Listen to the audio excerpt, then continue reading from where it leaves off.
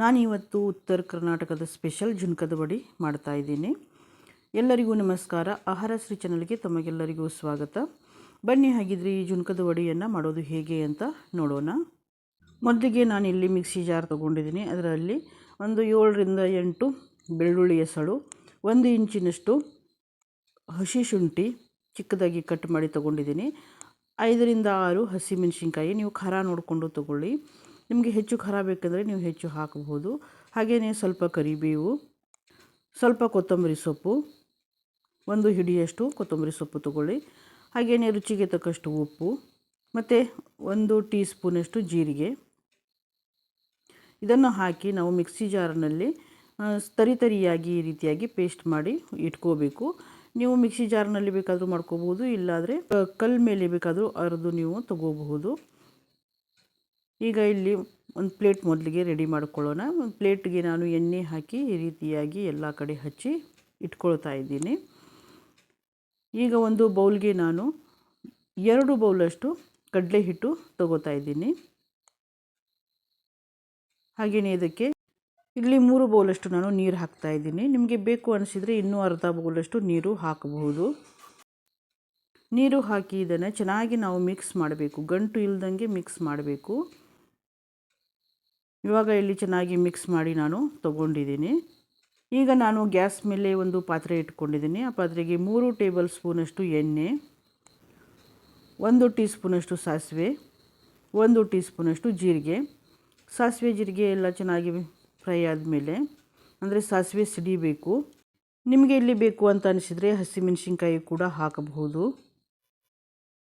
ಇದಕ್ಕೆ ಚಿಕ್ಕದಾಗಿ cut ಮಾಡ್ಕೊಂಡಿರುವಂಥ medium size 2 ಈರುಳ್ಳಿ, ಇದನ್ನು ಸ್ವಲ್ಪ ನಾವು ಫ್ರೈ ಮಾಡ್ಕೋಬೇಕು ಎಣ್ಣೆಯಲ್ಲಿ. ಸ್ವಲ್ಪ ಹಿಂಗು ಹಾಕಿದ್ದೀನಿ, 1/4 ಟೀ ಸ್ಪೂನ್ಗಿಂತ ಸ್ವಲ್ಪ ಕಡಿಮೆ. ಅರಿಶಿನ 1/4 ಟೀ ಸ್ಪೂನಷ್ಟು. ಸ್ವಲ್ಪ ಈರುಳ್ಳಿ ಫ್ರೈ ಆದಮೇಲೆ ನಾವೇನು ಪೇಸ್ಟ್ ಮಾಡ್ಕೊಂಡಿದ್ದೀವಲ್ಲ, ಹಸಿಮೆಣಸಿನ್ಕಾಯಿ, ಬೆಳ್ಳುಳ್ಳಿ, ಶುಂಠಿ, ಕೊತ್ತಂಬರಿ ಸೊಪ್ಪು, ಕರಿಬೇವು, ಆ ಪೇಸ್ಟನ್ನು ಇಲ್ಲಿ ಹಾಕಿ ಚೆನ್ನಾಗಿ ಹಸಿ ವಾಸನೆ ಹೋಗುವವರೆಗೂ ಇದನ್ನು ಫ್ರೈ ಮಾಡಬೇಕು. ಫ್ರೈ ಆದ ನಂತರ ನಾವೇನು ಅದು ಕಡಲೆ ಹಿಟ್ಟಿನ ಮಿಕ್ಸ್ ಏನು ಮಾಡಿಕೊಂಡಿದ್ವಲ್ಲ ನೀರಿನಲ್ಲಿ, ಅದನ್ನು ಹಾಕಿ ನಾವು ಒಂದು ಕಡೆಯಿಂದ ಹಾಕಬೇಕು, ಒಂದು ಕಡೆಯಿಂದ ಕೈಯಿಂದ ತಿರುಗಿಸ್ತಾ ಇರಬೇಕು. ಸಣ್ಣ ಉರಿಯಲ್ಲಿನೇ ತಿರುಗಿಸ್ತಾ ಇರಿ. ಉರಿಯನ್ನು ಹೆಚ್ಚು ಮಾಡಲಿಕ್ಕೆ ಹೋಗಬೇಡಿ, ಇಲ್ಲಾಂದರೆ ಗಂಟು ಹಾಕಿಬಿಡುತ್ತೆ. ಮತ್ತು ನಮಗೆ ಎಷ್ಟು ಬೇಕು ಅಷ್ಟು ರುಚಿಗೆ ತಕ್ಕಷ್ಟು ಇಲ್ಲಿ ಉಪ್ಪು ಸೇರಿಸ್ಕೋಬೇಕು. ಸೇರಿಸ್ಕೊಂಡು ಕೈ ಬಿಡದೇ ನಾವು ಚೆನ್ನಾಗಿ ಇದನ್ನು ಮಿಕ್ಸ್ ಮಾಡ್ತಾ ಇರಬೇಕು. ಈ ರೀತಿಯಾಗಿ ತಿರುಗಿಸ್ತಾನೇ ಇರಬೇಕು, ಇಲ್ಲಾಂದರೆ ಗಂಟು ಆಗುತ್ತೆ, ಸರಿ ಮಾಡಲಿಕ್ಕೆ ಆಮೇಲೆ ಆಗಲ್ಲ.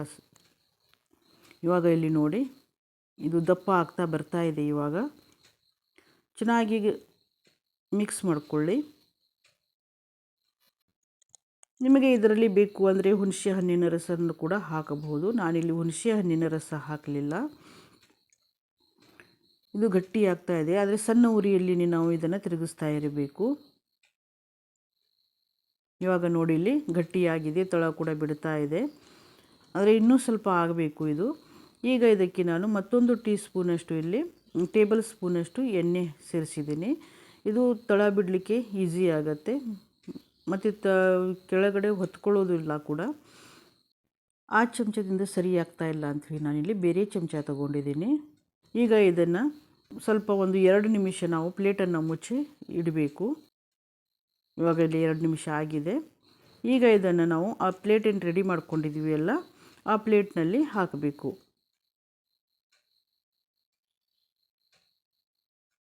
ಹಾಕಿ ಇದನ್ನು ಪೂರ್ತಿ ತಟ್ಟೆಯಲ್ಲಿ ನಾವು ಎಲ್ಲ ಕಡೆಗೂ ಸ್ಪ್ರೆಡ್ ಮಾಡಬೇಕು. ಈ ರೀತಿಯಾಗಿ ಇದು ಬಿಸಿ ಇರುವಾಗಲೇ ಈ ರೀತಿಯಾಗಿ ಮಾಡ್ಕೋಬೇಕು, ಇಲ್ಲಾಂದರೆ ತಣ್ಣಗಾದ ನಂತರ ಸರಿ ಮಾಡಲಿಕ್ಕಾಗಲ್ಲ.